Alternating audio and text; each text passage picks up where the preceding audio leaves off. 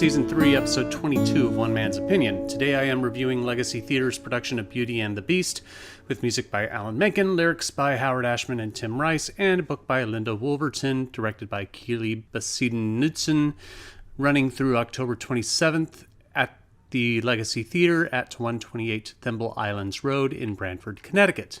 Wait, what? Didn't I just review a production of Beauty and the Beast? Yes, I did. And guess what? You're going to be getting another complaint of a similar show situation in an upcoming review. So look forward to that. Now, I'm not going to point any fingers at any specific company because I don't know who's more responsible. But because Legacy is the second theater to do a production of the show, it's their review that gets this complaint. Legacy Theater is in Branford, Connecticut. Summer Theater of New Canaan, obviously, is in New Canaan, Connecticut, less than 50 miles away. This production of Beauty and the Beast opened about a month after the New Canaan production. That is way too close to the previous production, and I would really appreciate it if theater companies out there paid more attention to each other and who in the area has already contracted a show they're interested in doing.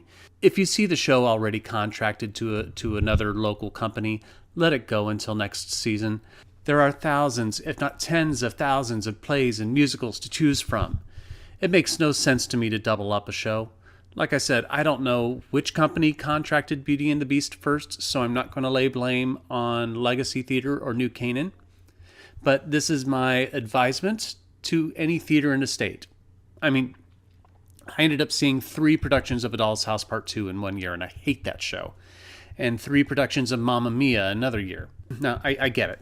Theater companies want to book at least 1 or 2 shows that are going to be big box office draws every year. And when shows become available for contract, they're immediately huge draws. But let's be real about this. There are hundreds of musicals out there that are instantaneous box office draws. Pick another show. Anyway, like I said, you heard it here. You're going to hear it again in a future episode, not too long from now. So how do I feel about this production of Beauty and the Beast? That leads to another issue. Just because you can do a production doesn't mean you should.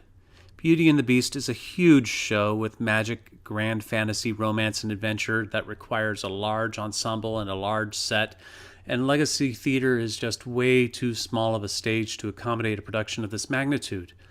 When you can't stage the finale of the musical when every character is chasing each other across the stage in a magnificent battle, you shouldn't produce the show.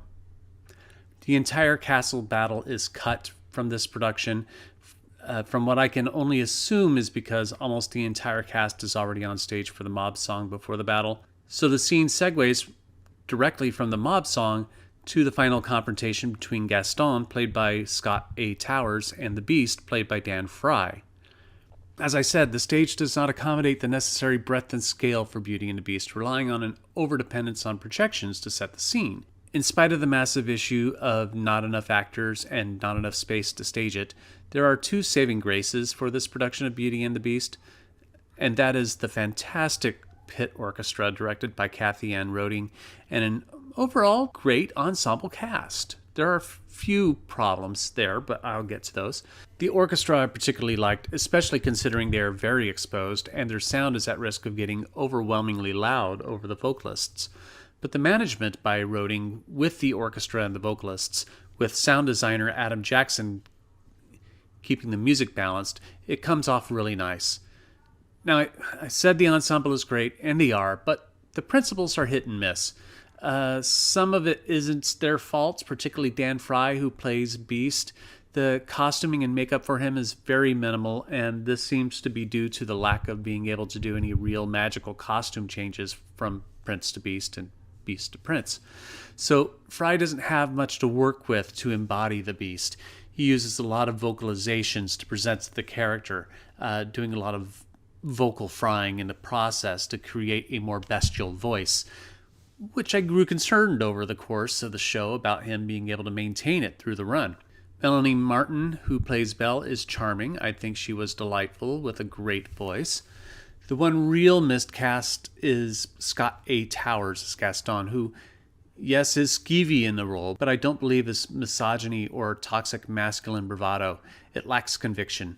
But the ensemble cast, led by David Bell as Belle's father Maurice, Niko Charney as Lumiere, Susan Culp as Mrs. Potts, and Josiah Rowe as Cogsworth, are all excellent as they banter with each other.